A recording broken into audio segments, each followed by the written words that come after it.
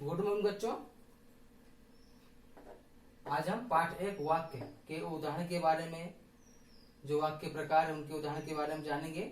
इसके पहले हमने वाक्य के जो प्रकार थे रचना के आधार पर 3 प्रकार थे, उनके बारे में जाना, उनके परिभाषा के बारे में जाना और उनके कुछ उदाहरणों के बारे में जाना। अब हम विस्तार से जो है उनके उदाहरण के बारे में जानते हैं। आइए शुरू करते हैं। सरल वाक्य, साधारण वाक्य और उपवाक्य, इसके 3 नाम है। सरल वाक्य को साधारण वाक्य भी बोलते हैं और उपवाक्य भी कहते हैं। अब उदाहरण के बारे में जानते हैं। पहला है जैसे सकर्मक क्रिया। मतलब क्या है कि सरल वाक्य में सकर्मक क्रिया के उदाहरण भी आते हैं। जैसे यहाँ पे श्याम विद्यालय जाता है, तो श्याम का जो संबंध है किससे, विद्यालय से है, तो जहाँ पे कर्ता का संबंध होता है वो कर्म कहलाता है। तो विद्यालय क्या कर्म है, तो यहाँ पे इसका मतलब क्या है कि सरल वाक्य में सकर्मक क्रिया के उदाहरण भी आते हैं। वह खेलता है, तो वह कहाँ खेलता है इसके बारे में नहीं बताया, तो यहाँ पे जो वह क्या है आपका कर्ता है और खेलता है आपका विधेय है। ठीक है, तो यहाँ पे कर्म नहीं है, तो यह कर्म क्रिया का उदाहरण है। इसके बाद सरल वाक्य में एक क्रिया वाले उदाहरण आ सकते हैं। वह गया, तो यहाँ पे गया क्या है, इसमें एक क्रिया है। 2 क्रिया वाले देखते हैं। वह बगीचा जाता है, तो यहाँ पे जाता और है, इसमें 2 क्रिया है, जाता और है। 3 क्रिया वाले उदाहरण, वह बाजार जा रहा है, तो जाना भी क्रिया है, रहना भी क्रिया और है भी क्रिया है। ठीक है, इसके बाद एक से अधिक कर्ता भी हो सकते हैं। कैलाश, राघवेंद्र और राम घूमने जाते हैं।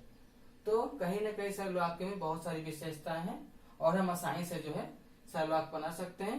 कर्ता और क्रिया को जोड़कर हम सरल वाक्य बना सकते हैं। ठीक है बच्चों, अब जानते हैं संयुक्त वाक्य के बारे में। संयुक्त वाक्य के योजक चिन्ह, पहचान चिन्ह, क्योंकि पहचान चिन्ह ही हमें वाक्य को पहचानने में सहायता करते हैं और वाक्य को बनाने में सहायता करते हैं। तो आइए जानते हैं। और, एवं, तथा, अल्पविराम, किंतु, परंतु, पर, इसलिए, अतः, नहीं तो, वरना, या तो, मगर, अन्यथा, ये जो है संयुक्त वाक्य के पहचान चिन्ह है। इनके माध्यम से हम वाक्य की पहचान कर सकते हैं कि वह वाक्य जो सरल वाक्य है, संयुक्त वाक्य है या मिश्र वाक्य है। तो आइए इनके उदाहरण के बारे में जानते हैं।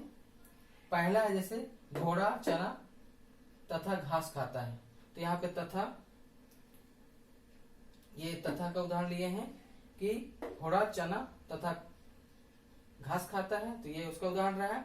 सोमेश आया था किंतु बिना बोले चला गया, तो यहाँ पे किंतु के बारे में जान लेते हैं। इसके बाद बरसात आ गई वरना मैं जीत गया। ठीक है, तो वरना से हम वाक्य बना सकते हैं। तुम घर जाओ अन्यथा रात हो जाएगी, तो अन्यथा से भी बना लिए। इसके बाद 5वां, रमेश विद्यालय गया पर पढ़ाई नहीं की, पर के बारे में जान लिए। इसके बाद 6वां है, मैं स्कूल जाऊंगा या फिर खेलूंगा, तो यहाँ पे हमने जो संयुक्त वाक्य के जो उदाहरण थे उनके बारे में जाना। ठीक है, ये कहीं न कहीं जो संयुक्त वाक्य है वो जो है 2 वाक्यों को मिलाता है। जैसे यहाँ पे कर्ता है, कर्ता हो गया। ठीक है, तो ये पहला जो वाक्य है ये सरल वाक्य है। इसके बाद जो दूसरा वाक्य वो भी सरल वाक्य है। तो 2 सरल वाक्यों को जो जोड़ता है।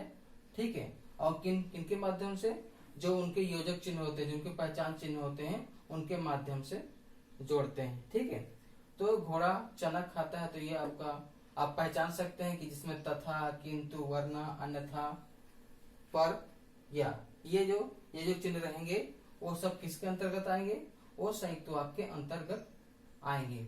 हाँ, एक और विशेष बताने की बात है कि जैसे यहाँ पे और दिया है, तो हमने जैसे एक उदाहरण लिया, राम घर गया और फिर घर से विद्यालय चला गया, तो यहाँ पे जो और है, और का प्रयोग हम सरल वाक्य में भी कर सकते हैं। लेकिन अंतर क्या है, अंतर यह है कि संयुक्त वाक्यों में जो और है वो 2 उपवाक्यों को जोड़ता है।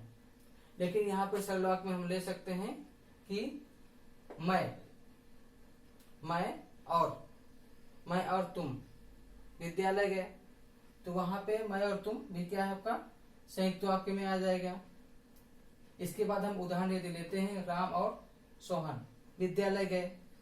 सरल वाक्य में यदि हम और का उदाहरण लेते हैं, राम और श्याम विद्यालय जाते हैं, तो जहां पे और का प्रयोग हुआ है तो वहां पे जहां पे क्रिया एक होती है, जहां पे क्रिया एक होती है वहां पे सरल वाक्य होता है। ठीक है, योजक चिन्ह है लेकिन वहां पे एक ही क्रिया हो रही है।